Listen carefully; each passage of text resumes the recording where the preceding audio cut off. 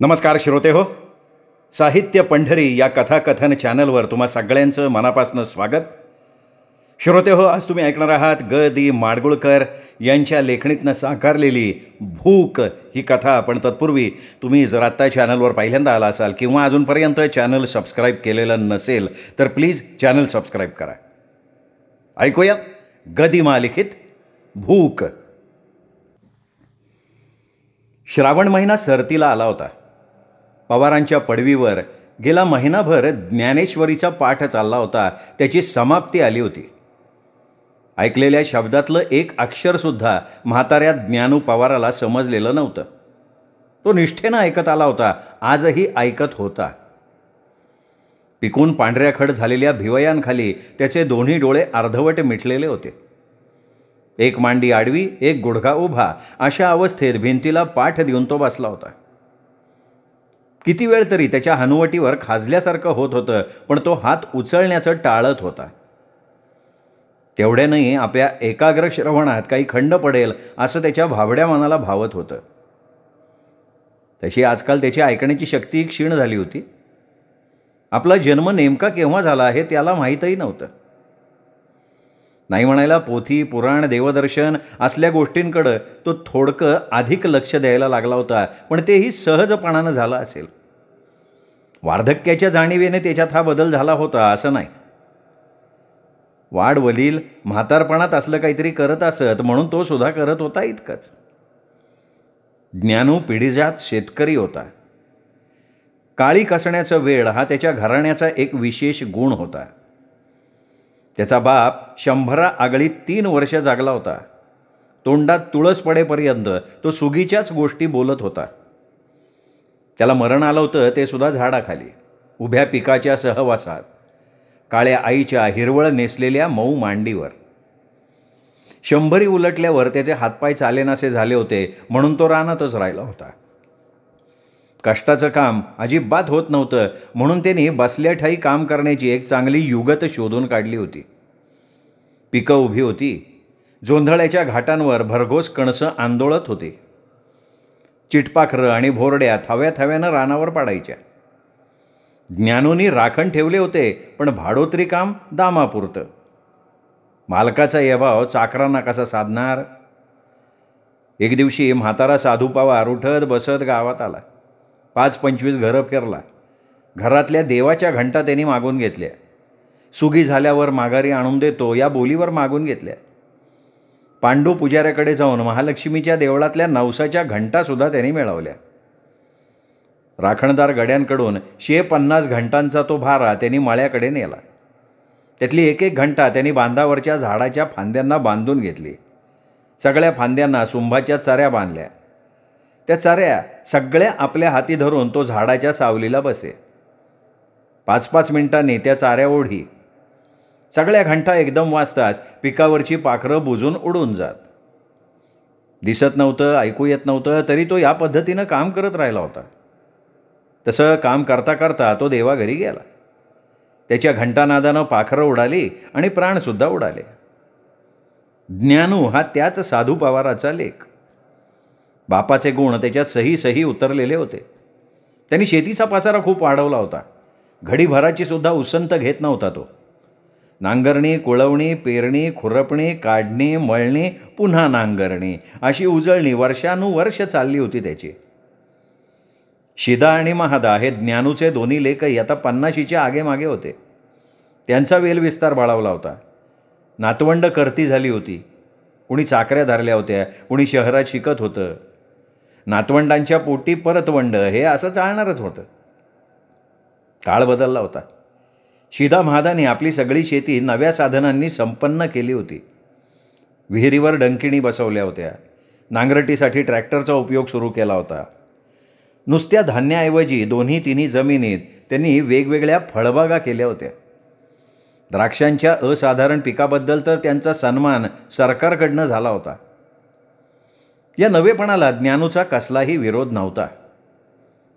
तो मात्र आपलं काम आपल्या जुन्या पद्धतीनं करत होता. मुलं नातवंड त्यालाही हटकत नव्हती. पसायदान झालं. पुंडलिक वरदा हरिविठ्ठलचा जय जयकार झाला. ज्ञानोबा तुकोबांचं नामस्मरण झालं. ज्ञानेश्वरी वाचणाऱ्या मास्तरांच्या पायावर ज्ञानूनं डोकं ठेवलं. ऐकायला आलेल्या 4-2 मंडळींनीही पाठकांचे पाय शिवले. चाकरीच्या गाड्यानं मग गॅसबत्ती आणली, सोप्यावर ठेवली. दिवसाबरोबर वाचन संपलं होतं. शिदाला सांगा समाप्ती झाली म्हणून, वाचणाऱ्या ब्राह्मणाला ज्ञानू आवर्जून म्हणाला. त्याच्या त्या बोलण्याचा अर्थ पाठकांच्या ध्यानात आला. त्यांनी मान डोलवली. बरोबरीला आलेला एक म्हातारा तरातरा पुढे झाला. ज्ञानूचा दंड धरून हलवत तो हसत हसत म्हणाला, अरे तू दे की 10 रुपये. लेकाचा हवाला कशाला देतो ज्ञानूदा? नाही म्या म्हणलं बामणाला दक्षिणा तुझी तू दे की, शेदबा कशाला हवा? म्हातारा खूप मोठ्याने बोलला, त्यामुळे त्याचं बोलणं ज्ञानोबाच्या साध्यंत कानी पडलं. तो हसला. त्याचे सगळे दात अजून शाबूत आहेत, पांढरे शुभ्र आहेत. याचं विचारणाऱ्या म्हाताऱ्याला नवल वाटलं. पैकेला नाही बा हात लावत आपण, ज्ञानू मोठ्यांदा म्हणाला. मास्तरसनी माहिती आहे की ते गेल्या साली राम विजय लावला होता का, त्यांनी दक्षिणा अहोर सगळा कारभार पोरांनीच केला काय मास्तर? हो ते बघीन मी, असं म्हणत मास्तरांनी उठून पोथी कोनाड्यात ठेवली आणि त्या जाण्यासाठी वळले. अरे अंधार झाला असन, थांबा वाईच. जाईने बत्ती उचल की जरा, नाहीतर बॅटरी दाव आशिक. ज्ञानूनं गड्याला सांगितलं. गड्यानं बत्ती उचलली. वाचणारा ब्राह्मण आणि श्रोते मंडळी पायऱ्या उतरली. गडी त्यांना पोचवत दरवाज्याच्या बाहेर गेला. तो गडी माघारी आला. त्याच्या पाठोपाठ शिदा म्हादासुद्धा आले. म्हादा गुरासंगती बैलवाड्याकडे वळला. शिदा सोफ्यावर आला. म्हाताऱ्यानं चाहूल ओळखली. बत्तीच्या रखरखीत उजेडाचा त्याला थोडा त्रासच होत होता. बाबा, डोक्यावरची कडक गांधी टोपी उतरून खुंटीवर बसवत थोरल्या मुलानं वडिलांना हाक मारली. त्यांनी ती नीटशी ऐकली नसावी अशा शंकेनं तो पुन्हा एकदा मोठ्यांदा म्हणाला, बाबा उद्या नाजऱ्याला जाताल का? आता त्याचं बोलणं म्हाताऱ्याला ठीकपणे ऐकू यायला लागलं. नाजऱ्याला? हो नाजऱ्याला. आणि मी? बाजार आहे ना उद्या. अरे मला काय कळतं त्यातलं, तू नाही तर म्हादा जावा. आम्ही दोघंही अडकून पडलोय. मामलेदार आले, सभापती आलेत, माल नाही हालता येणार. उद्या सगळा दिवस गावातून वाड्या वस्त्यातनं फिरायचे, जोंधळा गोळा करायचा आहे सरकारसाठी. आणि म्हादा? द्राक्षाच्या वेलीवर औषध मारलं पाहिजे उद्या. गाड्यांना काही समजत नाही त्यातलं. तुम्हालाच गेलं पाहिजे बाजारात उद्या, गाड्यांना पाठवून नाही भागणार. नाही गेलं एक बार तर नुकसान होईल. पेरणीचे दिवस आले जवळ. आता बियाणाला दर येईल ज्वारीच्या. आपल्याजवळ हाय ती पोती काढून टाकावीत, मग भाव मिळणार नाही. पोती घरात राहिली तर सरकारी लोक येऊन घेऊन जातील 40च्या भावात. शेवटचं वाक्य शिदासारख्या कार्यकर्त्या शेतकऱ्यांना तरी बोलायला नको होतं. बोलला असता निदान हळू आवाजात तरी बोलायला हवं होतं. ज्ञानूला ऐकायला कमी येत असल्यामुळे त्याला ते ओरडून बोलावं लागलं. खरं तर ज्ञानूला काही समजलं नाही. मुलं सहसा वडिलांना काही काम सांगत नसत. कधी नव्हे ते काम सांगितलंय, नकार देणं बरं नाही असं म्हणत चाचरत ज्ञानू म्हणाला, जाईन हो पर तर. आता पर काय? अरे लेका ते दर दाम मला काय कळायचं नाही त्यातलं. चालेल की तुम्ही निस्ती पोती घेऊन जा बाजारात, भाव मिळालाच पाहिजे लो. काळ्या सत्तापानं 100 पोतं विकलंय गेल्या बाजारी. म्हातारा उद्गारला आणि गप्प झाला. कितीतरी वेळ तो तसा गप्पच राहिला. हे बघा तुम्ही जाच बाबा, फुकापासरी सरकारी गोदामात जाण्यापेक्षा डब्बल भावानं आपल्या आपण विकावीत पोती. तुम्ही जावा, मी शिदरामला सांगून ठेवतो. काय मोटरीतनं जावं म्हणतो काय? आता हाय जीप आपली तर मग नाही न ग का? आपल्याला नाही सुधरत ते. तुम्ही तुमचं रामाचं राज करा, आमचं हाय हे खरं. गाडी बैल आणून सोडा इथं, मी जाईन दिस उगवताना. पोती तेवढी भरायला सांग जाईन्याला आणि यातळाला. ठीक आहे तसं करा. असं म्हणत शेदबानं पैरणही उतरली, खुंटीला अडकवली. तो आत वळाला. अधिक हुज्जत घालून वडिलांचा पाणउतारा करायची पद्धत त्या धनंतर शेतकरी घराण्यात अजून रूढ झालेली नव्हती. शिदा माझघराचा उमरा ओलांडतो ना ओलांडतो तोवर ज्ञानूनं त्याला हाक मारली, शिदा. शिदा थबकला. कशासाठी हाक मारली अशा अर्थी त्याने काहीतरी आवाज केला, पण तो म्हाताऱ्याच्या कानी आला नाही. तो थांबला एवढं त्याला दिसल्यासारखं झालं. थोडका पुढे येत तो म्हणाला, ते फाटक मास्तरला काहीतरी दे उद्या, पोथी वाचून संपवली त्यांनी. हा देतो ना, किती देऊ? अरे तुझ्या मनाला येईल ते दे. हा पण एक धोतर जोडी पण दे. शिदा काही बोलला नाही, आत निघून गेला. त्याच्या पाठोपाठ महादाई गेला. कुठून तरी मोठा गलका ऐकू आल्यासारखा झाला. म्हाताऱ्यानं कान देऊन ऐकलं आणि मग स्वतःशी थोडा हसला आणि पुटपुटला. रेडिओ वाजतंय जणू पंचायतीचं. सोप्यातल्या झोपाळ्यावर बसता बसता तो आणखीन काहीतरी म्हणाला, पण ते शब्द कळण्या इतके स्पष्ट नव्हते. त्याचं बोलणं स्वतःशीच सुरू झालं. त्या बोलण्याला स्वर नव्हता. एका जोंधळ्याच्या पोत्याला 100 रुपये. म्हाताऱ्या ज्ञानूपवाराच्या कानाचा पडदा फाटका होता हे ऐकून. रात्रभर त्याला नीट झोप लागली नाही. गेली 5-1 वर्ष त्याने रात्री भाकरीसुद्धा खायचं सोडलं होतं. झोपेची तक्रार कधीच असायची नाही त्याची. पण आज कित्येक वर्षांनी त्याची झोप उदासली होती. 100 रुपयांसाठी 5 पोती बाजारात मांडावी लागत होती. तो काळ त्याला आठवला. पैशाची मातब्बरी ज्ञानूनं कधी बाळगली नव्हती, पण त्याच्या मुलांना आता श्रीमंत व्हायचं व्यसन जडलेलं होतं. ज्ञानूचा काही विरोध नव्हता, पण पैशाच्या भुकेलाही काही मर्यादा असाव्यात की. एका जोंधळ्याच्या पोताचे 100 रुपये. 100 रुपये हा आकडा त्या भाबड्या शेतकऱ्याला अजूनही मोठा वाटत होता. त्याचं घर ठीक काळाबरोबर चाललं होतं, पण तोच मागे पडला होता. रुपयाचं मोल 10 दिडक्याने एवढं झालं हे त्याला कधी जाणवलेलंच नव्हतं. मुलं करती झाल्यापासून त्यांनी पैशाला हात लावणं सोडून दिलं होतं. देवाणघेवाण केलीच नव्हती. 4 माणसात जाऊन नुसत्या गप्पा हाणत बसायची सवय त्याला मुळातच नव्हती. अक्षराशी त्याचा संबंध ओळखीपुरताच होता. अक्षर भेटलं की त्याची विचारपूस केलीच पाहिजे इतकी घसट झालेली नव्हती. वार्ता वदंता त्याच्या कानापर्यंत क्वचितच पोचत होत्या. वर्तमानपत्र, रेडिओ यांचा तर संबंधच नव्हता. घर, शेती आणि देऊळ याच्या पलीकडे कित्येक वर्षात तो कुठे गेलेला नव्हता. जायचं काही कारण पडलेलं नव्हतं. एका जोंधळ्याच्या पोताचं 100 रुपये ही कल्पना म्हणूनच त्याला नावलाची वाटत होती. झोपेची पाटी तर पार पुसली गेली. काळी कुळकुळीत जाग शिल्लक राहिली. त्या काळ्यावर त्याचं मन पांढरी अक्षरं काढायला लागलं. विसरलेली अक्षरं नव्यानं भेटायला लागली. काही भलताच तुटक मजकूर त्याला जाणवायला लागला. जोंधळा इतका महागला म्हणजे दुष्काळ असन. दुष्काळ, पुष्कळदा दुष्काळ पडला होता या भागात. दर 4 वर्षांनी एकदा पावसाच्या अंगात पितर आल्यासारखं व्हायचंच.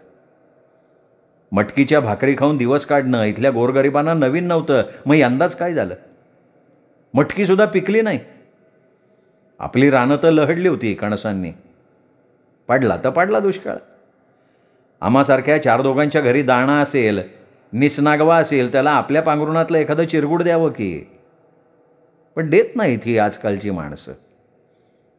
ही आजकालची माणसं बदलली आहेत. काळ बदलला आहे, पार बदलून गेला आहे. सरकार कशासाठी जोंधळे गोळा करतंय मग? गोरगरिबांना वाटण्यासाठी? मग तर आमच्या शिदोबानं आपली शिल्लक सरकारच्या हवाली करायला पाहिजे होती. जास्त दर यावा म्हणून तो जोंधळा बाजारात पाठवतोय का? भूक हो, पैशाची भूक, दुसरं काय? सरकारनं साठवलेला धान्याचा साठा दामाजी पंत मंगळवेढेकरांना उघडा केला होता भुकेल्या लोकांसाठी. आता असतील का असे सरकारी अधिकारी? कुठले आले? आणि तो पांडुरंग तर कुठं थटलाय आता भक्तांसाठी महार व्हायला. विचार करायची मुळीच सवय नसलेलं ज्ञानूचं मन नुसतंच काहीबाही बोलायला लागलं. रोज अंथरुणाला पाठ लागली की त्याला गाढ झोप येईल. मांगाची राधा राखणीला असली म्हणजे भोरडी देखील पिकावर कधीही फिरकायची नाहीत. ज्ञानूची झोप त्या राधा मांगिणीसारखी होती. स्वप्न राहिलंच. विचार, चिंता असली भुरटी पाखरंसुद्धा तिच्या वाटेला जायची नाहीत. आज ज्ञानूला झोप नाही लागली. पहाटे पहाटे डोळा घुरमळल्यासारखा झाला. एवढ्यात एका सुनेने जागं केलं त्याला. उठावंच लागलं. कित्येक वर्षांनी आज त्याला बाजारात जायचं होतं. जोंधळ्याचा सौदा करायचा होता. एका जोंधळ्याच्या पोत्याला 100 रुपये. जोंधळ्याच्या 5 पोत्यांचं वजन खिलार जोडीलाही जास्त झालं होतं. बैल धीम्या गतीनं चालत होते. ज्ञानू त्यांना दबावत नव्हता की चापकानं फटकारत नव्हता. फक्त तोंडानं एक ओवी गुणगुणत होता. गाडी चार गाडीवाना, काठी काढावी बेलाची, बैल नंदीच्या तोलाची. पिराचं वाकणं ओलांडता ओलांडता ऊन झालं. अजून नाझरगाव लांब होतं. पुढं बघून गाडी हाकणाऱ्या ज्ञानूच्या लक्षात आलं नाही की त्याच्या गाडीच्या संगतीनं कुणी वाटसरू येत आहेत. रामराम पाटील, जोरात शब्द आले तेव्हा त्याने वळून बघितलं. गाडीच्या दोन्ही अंगाला 2-5 माणसं चालत होती. प्रेतासारख्या भकास मुद्रा असलेली, फाटकी चिरगुटं अंगावर घेतलेली ती माणसं बघून त्याने विचारलं, अरे कोण रे तुम्ही? आम्ही रामोशी. नाही खायची आम्ही. कुठलं? बस्त्यावाड्याचं. बस्तावडं घाटावे गाव आमचा. बस्तावडं? मग इकडं बरं आलं? काय करणार आलो पोटाच्या मागं. सांगणाऱ्याचा आवाज पुन्हा उतरला होता, पण सांगताना त्याने आपल्या पोटावर हात ठेवला, त्यामुळे त्याचं म्हणणं ज्ञानूच्या लक्षात आलं. आणि चाललंय कुठं? आपण नवं आपली दवडकुट पावतं रे म्हणलं. नाझरेला चाललो, बाजार आहे ना तिथला आज. नाझरेचं आहे का? तुमचं गाव कोणतं? अशा अर्थानं एका चालत्या गाड्यानं विचारलं. नाही ह्यो महादेवाच्या अंगाला गाव आमचा, या माझी पाटलाची वाडी. चालणाऱ्या लोकांनी ज्ञानूनं दाखवलेल्या दिशेकडे बघितल्यासारखं केलं. प्रवास पुढे चालू राहिला. आता मुक्यानं चालत राहणं अवघड होतं. गडी आणि गाडी दोघांचाही वेग सारखा होता. विषय ज्ञानूनं काढला. पीक पाणी कसं काय म्हणायचं औंदा? हाय त्याला हाय. बागायताच्या धान्यासने काय कमी गेलंय? गोरगरिबासनी मातोरान नाही. जोंधळा मोत्यावानी महाग झालाय. माणसं पटापटा मारायला लागल्यात. खरं म्हणताय का? राजाला दिवाळीच की बारमा. लोका घरची एकादश त्याला का दिसावी? असं म्हणत एक जण भकास हसला. नाही तसं ना हे पर. काय सांगायचं राजानो, फांजीची येल वाढते का रानात? तिचा पाला शिजवून खात्यात माणसं. अरे देवा पांडुरंगा, ओमराच्या दोड्यात ओरल्या नाही झाडाव. आमच्या शेजारी एक गाव आहे, तिथं 2 लेकराच्या आईनं पोरं पाठी पोटाला बांधल्याने जीव दिला हिरीत. अन्नाच्या पायी? मग काय तर. मग सरकार नाही का काय सोयी करत? दुकानं काढल्यात गावात ना, पण तरी दाना कुठे? वांगाळ आला र बाबा, काळ लय वांगाळ आला. बाजाराचा गलबला येऊ लागेपर्यंत अशी चालती बोलती बोलाचाली होत राहिली. म्हाताऱ्या ज्ञानूला अनेक गोष्टी समजल्या. त्या दळिंद्री वाटसरांची त्याला फार कणव आली. गाडीतलं एखादं पोतं देऊन टाकावं असं सुद्धा त्याच्या मनात आलं, पण मुलं काय म्हणतील या एकाच भयानं त्याच्या हातून ते घडलं नाही. नाझऱ्याच्या शिवेवरचं पांढरं देऊळ आलं तसा त्या वाटसरूने ज्ञानूचा निरोप घेतला. रामराम सगळेजण एकदम म्हणाले. म्हाताऱ्याचं आतडं कळवळलं, पण मनातलं दुःख त्याने मनातच कोंडलं. बैलांच्या कासऱ्याला हिसडा मारला. बैल पुढे निघाले. ती वेताळाची सेना दूर करंजाडात गुप्त झाली.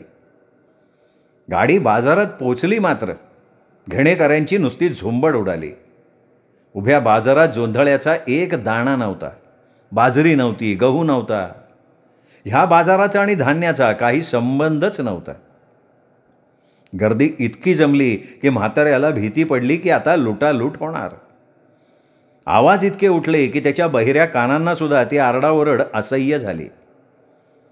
खिलारी बैल बुजायला लागले.